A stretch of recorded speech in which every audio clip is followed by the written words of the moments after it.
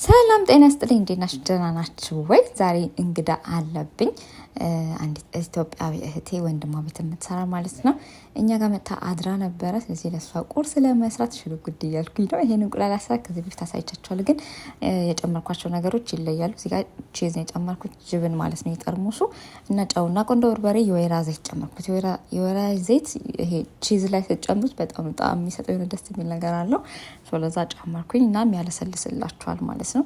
ከዛ ቶስት አደረግኩትኝ። ያው ቶስት አለማድረግ ትችላለች በቀዝቃዛው መብላት፣ ግን እኔ ቶስት ማድረግ ይሄንን ቶስት አድርጌው ሲሆን ደስ ይለኛል። እሷም ስጠይቃ ቶስት ነው የምወደው ብላኝ ቶስት አድርጌዋለሁ ማለት ነው።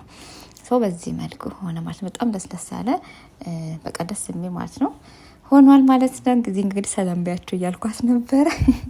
አይ ያልቻለች በጣም አይናፋር ናት በነገራችን ላይ ማለት ነው። ተሽኮረ በማለች ለመከራ ነው ካሜራ ውስጥ ያስገባዋት። እንዴ ሰው አለኝ እንኳን አንዳንዴ እኮ እንደዚህ ከሰው ጋር እንደምበላ እዩ ብያት ነው ማለት ነው ካሜራ ውስጥ የገባችሁ ላይ ሁሌ መታየኝ ብቻዬን ስበላ ብቻዬን ኢንጆይ ሳደርግ ነው። እና አንድ ሰው ሲገኝም ደግሞ እንደዚህ በአጋጣሚ እንዴ ከሰው ጋር ደግሞ ኢንጆይ ታደርጋላችሁ ማለት ነው። እኔ በጣም ደስ ይለኛል። በቃ ሰውም ሳገኝ ደስ ይለኛል፣ ብቻዬም ደስ ይለኛል። እውነት ለመናገር ላይ ከሰው ጋር ሰው ከሌለ ሰው ካለ የሚባል ነገር ሰው ሲኖር አብሬ ከሰው ጋር ኢንጆይ አደርጋለሁ። በጣም ደስ የሚለኝ ሰውም ባይኖር ደግሞ ኢንጆይ አደርጋለሁ። ላይክ ሰው ሲኖር ትደሰታላችሁ፣ ሰው ሳይኖር ደግሞ አትደሰቱ የሚባል ነገር የለም በላይፍ ውስጥ። ሁሌ ሰዎች ላይኖሩ ይችላሉ ካጠገባችሁ ማለት ነውና ለራሳችሁ የምትሰጡት ቦታ ለራሳችሁ የምትሰጡት ነገር እጅግ በጣም ከፍ ያለ መሆን አለበት ማለት ነው። እንደዚህ ሰውም ሲኖር ደግሞ ሰዎችን አክብራችሁ በእንግድነት እንደኔ ትንከባከባላችሁ ማለት ነው። በጣም ነው ደስ የሚለኝ ሰው ሲመጣ እውነት ለመናገር ማለት ነው።